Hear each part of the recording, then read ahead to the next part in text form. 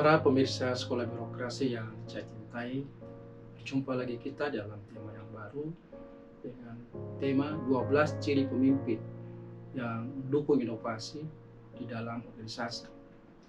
Nah, mengapa inovasi itu begitu penting? Hasil penelitian menunjukkan bahwa penyebab birokrasi masih mendapatkan penilaian buruk dari publik, termasuk dalam hal ini tingkat kepercayaan yang masih rendah, itu karena birokrasi masih lemah di dalam berinovasi. Hasil penelitian lain juga menyebutkan bahwa terdapat 64% hambatan utama dalam organisasi untuk berinovasi itu karena belum ada dukungan budaya organisasi. Nah, apa yang membuat birokrasi satu dan yang lain itu berbeda? Apakah ini hanya karena pemahaman masyarakat yang belum baik terhadap birokrasi, atau hanya karena fenomena saja di beberapa tempat? Tentu menurut saya tidak demikian. Hal ini karena birokrasi yang digunakan oleh pemerintah belumlah memiliki strategi pertumbuhan yang visioner, belum memiliki fokus kepada upaya memuaskan publik, di mana tidak digerakkan oleh nilai-nilai dasar pelayanan publik yang lain. Strategi yang dibangun oleh birokrasi yang dapat melakukan transformasi diri bergeser dari cara-cara konvensional ke yang berbasis pada penggunaan digital belum terlaksana, sehingga upaya transformasi yang harus hendaknya mencakup tidak hanya dari aspek inovasi, tapi budaya juga, termasuk dalam kaitan penggunaan teknologi. Nah, 12 ciri pemimpin yang mendukung inovasi tersebut yang saya maksudkan tadi, pertama adalah kepemimpinan yang berfokus. Seorang pimpinan itu harus memandang bahwa inovasi itu bukan hanya proyek sampingan, tetapi inovasi itu harus tertanam sebagai DNA-nya organisasi. Pimpinan harus menyadarkan tim dan anggotanya, di mana melihat inovasi sebagai sebuah cara membangun kepercayaan dan sekaligus sebagai cara merespon kebutuhan masyarakat. Pimpinan harus tidak pernah puas dengan status quo. Pimpinan secara aktif harus memperjuangkan ide-ide baru dan melahirkan proyek-proyek baru, menyediakan sumber daya yang khusus yang disertai dengan langkah strategis agar inovasi selalu dihasilkan organisasi dengan rutin.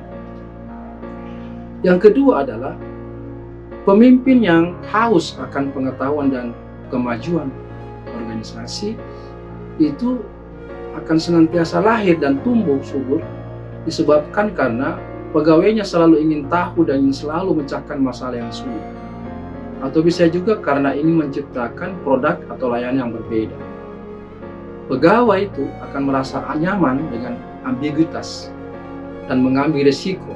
Karena itu, misi dan komitmen bersama antara pimpinan dan pegawai terhadap kinerja yang tinggi itu akan memotivasi para pegawai untuk berinovasi.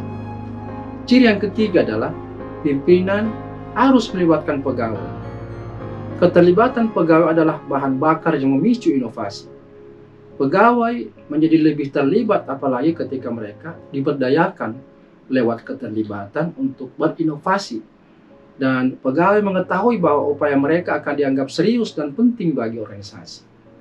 Ciri yang keempat adalah pimpinan mendorong untuk senantiasa berkolaborasi. Pegawai dan tim yang dibentuk harus melakukan inovasi dengan cara berkolaborasi dengan siapa saja yang memiliki kemampuan untuk disumbangkan.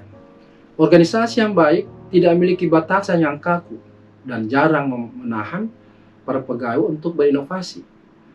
Berkolaborasi tidak harus disyaratkan, harus memiliki gelar, harus sudah senior, asal daerah, departemen yang sama, dan lain-lain yang dapat menghambat inovasi dan berkolaborasi.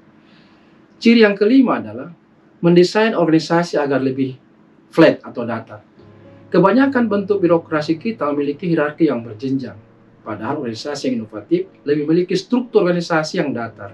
Karena itu sebaiknya pimpinan mengurangi atau menghilangkan struktur yang dapat menghambat pegawai dan tim melakukan inovasi. Dengan demikian, pegawai dan tim akan memiliki lebih banyak kebebasan untuk menuangkan ide-idenya dan dapat mengimplementasikannya dengan cepat. Ciri yang keenam adalah menerapkan sifat egaliter di dalam organisasi.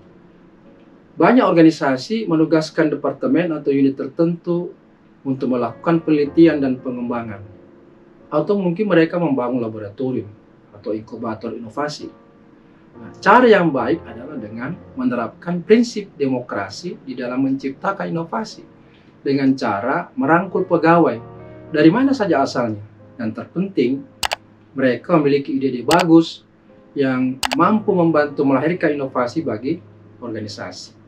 Sehingga penting menanamkan sifat egalitarian di dalam organisasi. Ciri yang ketujuh adalah membangun mentalitas tidak takut gagal. Nah, bagi pimpinan yang mendukung inovasi, maka kegagalan yang dilakukan oleh pegawai dan tim senantiasa ditoleransi dan bahkan dipelihara dalam rangka menjaga inovasi selalu lahir di antara anggota organisasi. Mengapa penting tidak takut gagal? Karena itu merupakan cara untuk berkesempatan melakukan pembelajaran. Pimpinan harus alih-alih menstigmatisasi kegagalan, tapi pimpinan seperti ini mendorong anggota dan tim untuk segera menghasilkan inovasi berdasarkan pelajaran yang dipetik dari kesalahannya. Kondisi ini dapat mendorong pegawai berani mengambil resiko dan mau bereksperimen yang dapat mengarah kepada terobosan-terobosan baru dan kreatif. Ciri yang kedelapan adalah menetapkan arah dan akuntabilitas kinerja yang jelas. Di sini pimpinan terlebih dahulu harus dengan jelas mengkomunikasikan betapa pentingnya inovasi dan mengapa perubahan terhadap organisasi penting dilakukan. Pimpinan harus mampu memfasilitasi berlangsungnya inovasi dengan cara mampu memastikan bahwa setiap pegawai memahami dengan baik terkait visi, strategi, prioritas, dan tujuan mengapa melakukan inovasi bagi organisasi. Pimpinan harus meminta pertanggungjawaban pegawai dan tim terkait dengan hasil yang dicapai sesuai target mereka, dan pada saat yang berbarengan juga harus mampu memberikan hasil nyata dan praktis yang dapat mendorong dihasilkannya organisasi dan itu bermanfaat bagi masyarakat. Ciri yang kesembilan adalah pimpinan memberikan otonomi kepada pegawai. Selain menentukan target bagi setiap pegawai dan tim dengan parameter yang jelas, namun di sisi lain tim juga membutuhkan kebebasan untuk bereksperimen dan melaksanakan berbagai proyek. Seorang inovator harus memiliki keleluasaan yang luas dan cara mereka memecahkan berbagai masalah atau mengembangkan ide-ide kreatifnya. Terlalu banyak aturan dan hambatan dari manajemen itu akan dapat melumpuhkan kredibilitas pegawai. Ciri yang ke-10 adalah terapkan sebuah sistem yang dapat memfasilitasi inovasi. Inovasi yang berkelanjutan membutuhkan sistem yang memungkinkan pegawai dan tim melakukan inovasi. Sistem yang dibangun tersebut harus dapat memberikan pendekatan yang konsisten untuk menghasilkan inovasi, mulai dari mengumpulkan ide hingga mengkualifikasi, memprioritaskan, dan mengimplementasikannya inovasi yang dimaksud, termasuk sistem yang mampu mengukur hasil inovasi yang dicapai dan prosedur mengkomunikasikan nilai inovasi yang dihasilkan, baik kepada pimpinan maupun kepada pegawai lainnya. Ciri yang ke-11 adalah pekerjakan pegawai dengan tim, dengan pertimbangan karena inovasi itu banyak pegawai tidak melihat diri mereka sebagai orang yang kreatif. Tetapi yang dibutuhkan adalah seorang pegawai yang dapat menyesuaikan diri dan bahkan mampu melahirkan ide-ide kreatif dan menjadi inovasi. Karena itu pimpinan harus mencari orang-orang yang tentu saja cenderung memiliki bakat, berkomitmen pada keunggulan, dan mudah beradaptasi. Ciri yang ke-12 adalah yang terakhir, prioritaskan keragaman.